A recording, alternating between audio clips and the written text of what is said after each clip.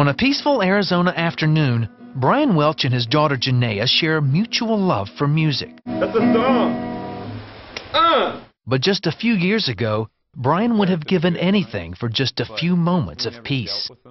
I want to be here for Janaea. I wanted her to, she lost her mom to drugs, and I just need your help. Please, just help me, God. I said it from my heart.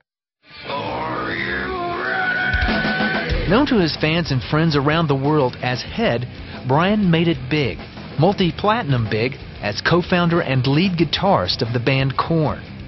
The second record came out, hit #3 on the Billboard chart. When we go to the third album, the album goes like 100,000 copies a week we start selling. We kept climbing. Korn kept on selling records, more videos, more fame, huge shows. The band's unique sound, called nu metal, is a mixture of heavy metal and alternative rock. It catapulted these 5 friends from Bakersfield, California into superstardom.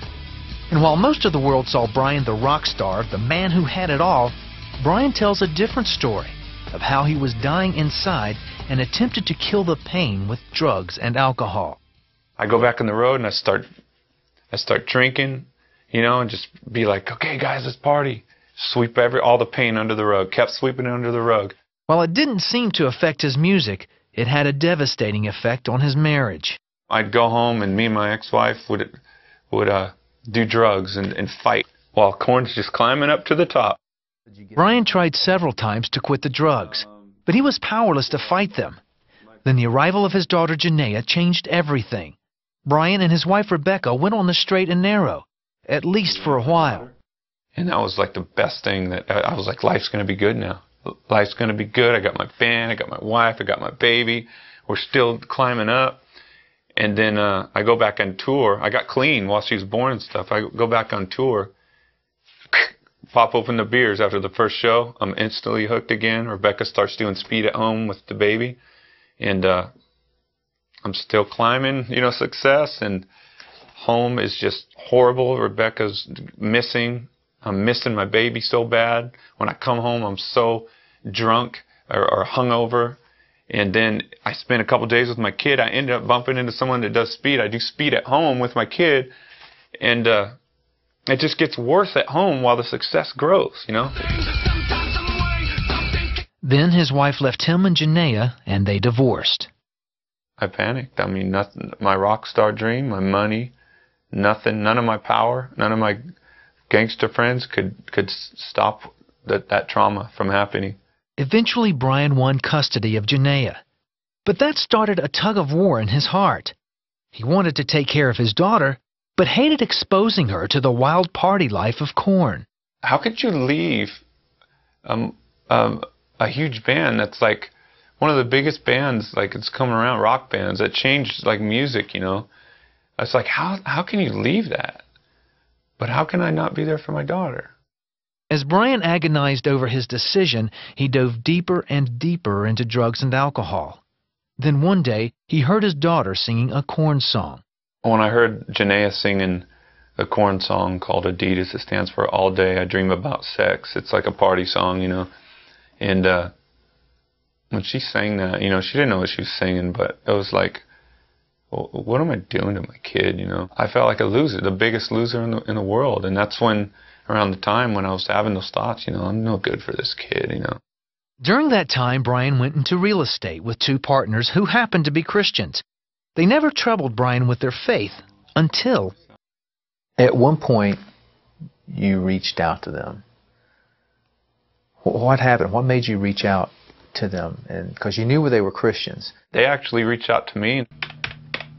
Through an email, Brian told his partners how his life was falling apart. One of them replied with a verse from the Bible. "Come to me, all you who are weary, and I will give you rest." And I was like, could Jesus be real? I was thinking that in my mind.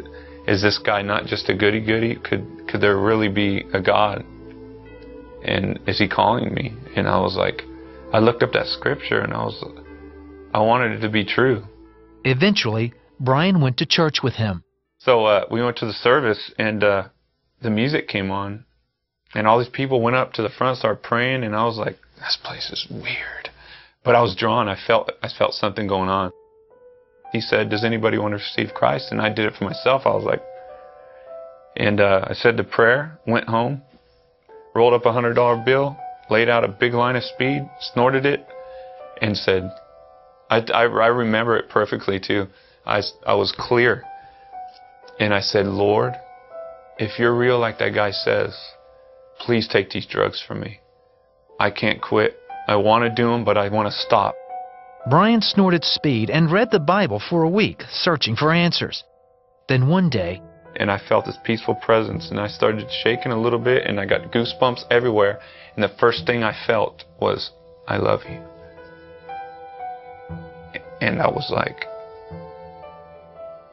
Father, I was frozen. I said, Father. I was like, this is God. And then it went away, but it was so real. It took over the high. And when it went away, the drugs just was, my mind was like, that was just drugs or something. That wasn't real. That wasn't God.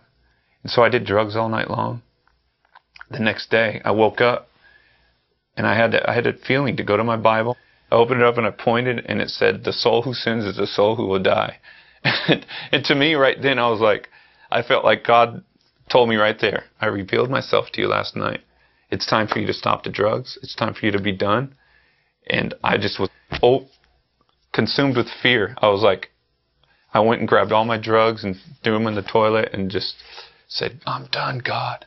I'm yours now. I'm yours. And this is the last time I did drugs. That's pretty major for that to happen, for somebody to be on drugs for so long. Yeah. It was a miracle. And to be totally clean. at that same time in 2005, Brian split from Korn and sent the music world into a spin. Brian, on the other hand, was baptized in the Jordan River and started his new journey. Well, how did it feel to be released from Korn? To tell you the truth, God was real. He revealed himself to me. He kept revealing himself to me. And I felt his presence at my house. He's speaking through my kid. Like, just all this crazy stuff was happening, and that's all that mattered to me.